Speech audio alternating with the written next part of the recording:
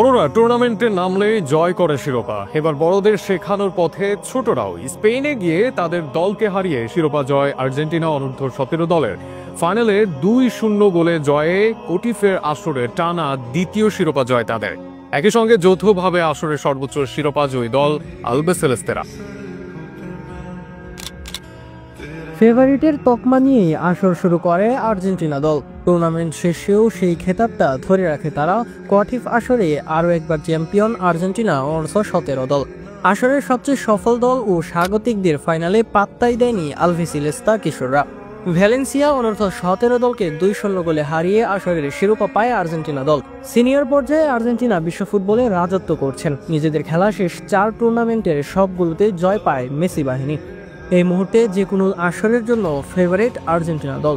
বড়দের দেখানো পথেই যেন হাঁটছে ছোটরাও। অনূর্ধ্ব-17 লেভেলে এবার স্পেনে গিয়ে চ্যাম্পিয়ন হলো আর্জেন্টিনা দল। ফাইনালে মিসাইল জালাজার ও থমাস ডে মার্টিসের প্রথমার্ধের গোলেই জয় পায় আর্জেন্টিনা। শুরুতে গোল করেন জালাজার, সেই লিডকেই ডাবল করেন থমাস ডে মার্টিস। এরপর ভ্যালেন্সিয়া কোনো গোল না দিতে পারলে 2-0 গোলের জয়ে শিরোপা পায় আর্জেন্টিনা দল। পুরো আসরে অবশ্য দাপট দেখায় আর্জেন্টিনা দল। মোট 5 ম্যাচে করে 12 গোল, হজম করে মাত্র 1 গোল। 8 দলের আসরে আর্জেন্টিনার জয় সবগুলো ম্যাচেই। এর মাঝে 4 ম্যাচে রাখে ক্লিনশিট। এর মাঝে চিলিকে হারায় 2-0 গোলে। 3 গোল দেয় চিরপ্রতিদ্বন্দ্বী ব্রাজিল দলের বিপক্ষে। আর 2-1 গোলে জয় পায় মাউরিতানিয়ার বিপক্ষে। সেমিফাইনালে তারা হারিয়ে দেয় গ্রুপ বি থেকে আসা আলবোয়ারার বিপক্ষে। এরপর স্বাগতিক ভ্যালেন্সিয়াকে 2-0 গোলে হারিয়ে পায় শিরোপা। ফাইনালে গোলসহ পুরো টুর্নামেন্টে আর্জেন্টিনার হয়ে দুর্দান্ত পারফর্ম করেন থমাস ডে মার্টিস। ফলে এই খেলোয়াড়ের কাছেই যায় টুর্নামেন্ট সেরার পুরস্কার। এছাড়া আর্জেন্টিনা কোচ প্লাসান্তে শিরোপা জয়ের পর পান সেরা কোচের পুরস্কার।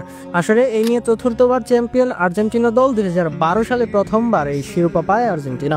এরপর 2018, 2022-এ পায় শিরোপা। সর্বশেষ 2025 সালেও শিরোপা ওঠে আলবিসেলেস্তাদের হাতে। যে কারণে এই আসরের বর্তমান সফল দল আলবিসেলেস্তারাই। ভ্যালেন্সিয়ার সাথে সর্বোচ্চ শিরোপায় শীর্ষে তারা। বর্তমান সময়টা যেন ভালো যাচ্ছে আর্জেন্টাইন ভক্তদের।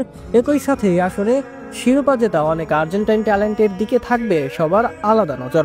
এই কটিফ আসর খেলেছেন লিওনেল মেসির মতো একজন। এই যুগের নিকো পাজ বারকুরা খেলেছেন কটিফ। আগামী দিনে থমাস ডে মার্টিস, জালাজাররাও তাদের পথের একজন হোক, এমনটাই শুভকামনা থাকবে আলবিসেলেস্তা ভক্তদের।